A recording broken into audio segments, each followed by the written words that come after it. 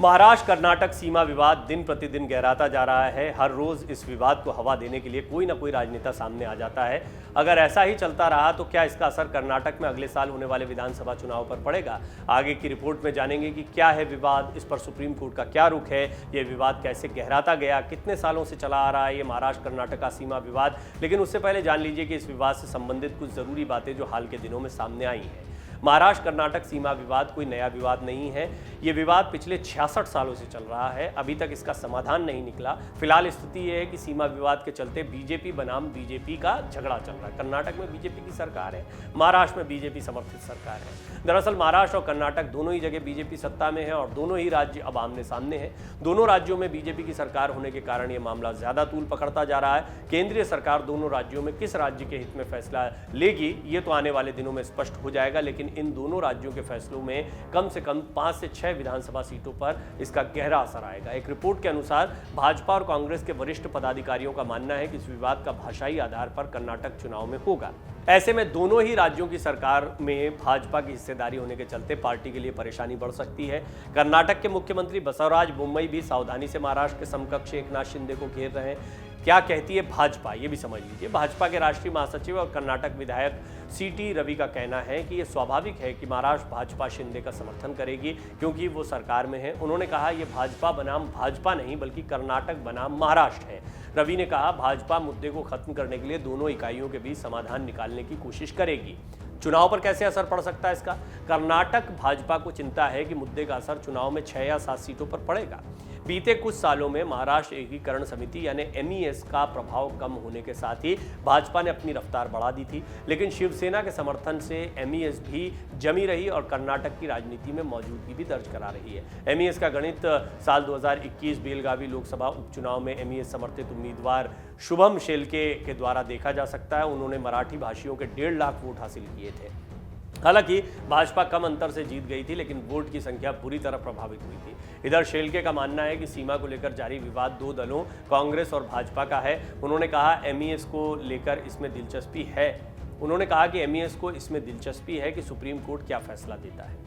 हाल ही में महाराष्ट्र के deputy CM Devendra Fadnavis ने कहा था कि महाराष्ट्र का कोई भी गांव कर्नाटक में नहीं जाएगा। हमारी सरकार कर्नाटक के बेलगाम, निपाणी और कारावार जैसे मराठी भाषी गांवों को पाने के लिए सुप्रीम कोर्ट में मजबूती से लड़ाई लड़ेगी। कर्नाटक के CM बसवराज बोम्मई ने इसे भड़काऊ बयान बताया और कहा उनका यानी फडणवीस का सपना कभी पूरा नहीं होगा। हमारी सरकार राज्य की जमीन, जल और सीमा की सुरक्षा करने के लिए कमिटेड है। बोम्मई ने कहा कि कर्नाटक के सीमावर्ती जिलों का कोई भी हिस्सा छोड़ने का सवाल ही नहीं उठता है।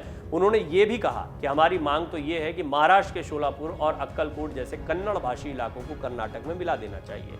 मुंबई ने कहा कि महाराष्ट्र सरकार ने सीमा के मुद्दे को लेकर 2004 में सुप्रीम कोर्ट में केस दायर किया था। उन्हें अभी तक कामयाबी नहीं मिली है और आगे भी नहीं मिलेगी। हमारी सरकार मजबूती से कानूनी लड़ाई लड़ेगी। महाराष्ट्र और कर्नाटक का सीमा विवाद इतना गहरा है कि जब उद्धव ठाकरे मुख्यमंत्री थे तो उन्होंने कहा था कि जब तक सुप्रीम कोर्ट से यह मसला सुलझ नहीं जाता तब तक विवादित इलाकों को केंद्र शासित प्रदेश घोषित कर देना चाहिए। इतना ही नहीं, जनवरी 2021 में ठाकरे ने तो विवादित इलाकों को कर्नाटक अधिकृत महाराष्ट्र तक कह डाला था।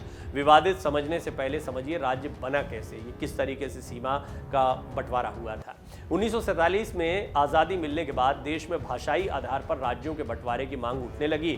पहले श्यामधर कृष्ण आयोग बना। इस आयोग ने भाषाई आधार पर राज्यों के गठन को देश हित के खिलाफ बताया। लेकिन लगातार उठ रही मांगों के बाद JVP आयोग बना, यानी जवाहरलाल नेहरू वल्लभ भाई पटेल और पट्टाभी सीतारामैया। इस आयोग ने भाषाई आधार पर राज्यों के गठन का सुझाव दिया। इसके बाद 1953 में पहले राज्य पुनर्गठन आयोग का गठन हुआ। 1956 में राज्य पुनर्गठन कानून बना और इस आधार पर 14 राज्य और 6 केंद्र शासित प्रदेश बने। महाराष्ट्र को उस समय बंबई और कर्नाटक को मैसूर के नाम से जाना जाता था। अब जानते हैं कि विवाद क्या है। आज़ादी से पहले महाराष्ट्र को बंबई रियासत के नाम से जाना जाता था। आज के समय में कर्नाटक के विजयपुरा, बेलगावी, धारवाड़ और उत्तर कन्नड़ पहले मुंबई रियासत का हिस्सा थे। आज़ादी के बाद जब राज्यों के पुनर्गठन का काम चल रहा था तब बेलगावी नगर पालिका ने मांग की थी कि उसे प्रस्तावित महाराष्ट्र में शामिल किया जाए क्योंकि यहाँ पर मराठी भाषी ज़्यादा हैं। इसके बाद 1956 में जब भाषाई आधार पर राज्यों के पुनर्गठन का काम चल रहा था तब महाराष्ट्र के कुछ नेताओं ने बेलगावी, पहले बेलगाम, निपाणी, कारवार, खानपुरा और नंदगाड़ को महाराष्ट्र का हिस्सा बनाने की मांग की। जब मांग जोर पकड़ने लगी तो केंद्र सरकार ने सुप्रीम कोर्ट के पूर्व जज मेहरचंद महाजन की अध्यक्षता में एक आयोग का गठन किया। इस आयोग ने 1967 में अपनी रिपोर्ट सौंपी। आयोग ने निपाणी, खानापुर और नांदगाड़ समेत 262 गांव महाराष्ट्र को देने का सुझाव दिया।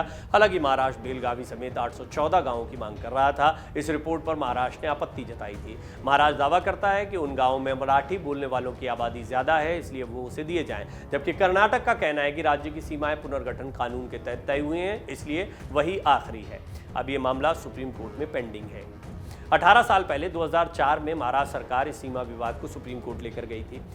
महाराष्ट्र सरकार ने 814 गांव उसे सौंपने की मांग की थी। 2006 में सुप्रीम कोर्ट ने सुझाव दिया कि इस मसले को आपसी बातचीत से हल किया जाना चाहिए था। साथ ही ये भी सुझाव दिया था कि भाषाई आधार पर जोर नहीं देना चाहिए, क्योंकि इससे परेशानी और बढ़ सकती है। ये मामला अभी तक सुप्रीम कोर्ट में पेंडिंग है। बहुत जल्दी ही इस पर सुप्रीम कोर्ट में सुनवाई होगी, कोई फैसला आएगा, इस बात की उम्मीद जताई जा रही है। डाउनलोड करें अमर उजाला ऐप और पाएं खबरें लगातार।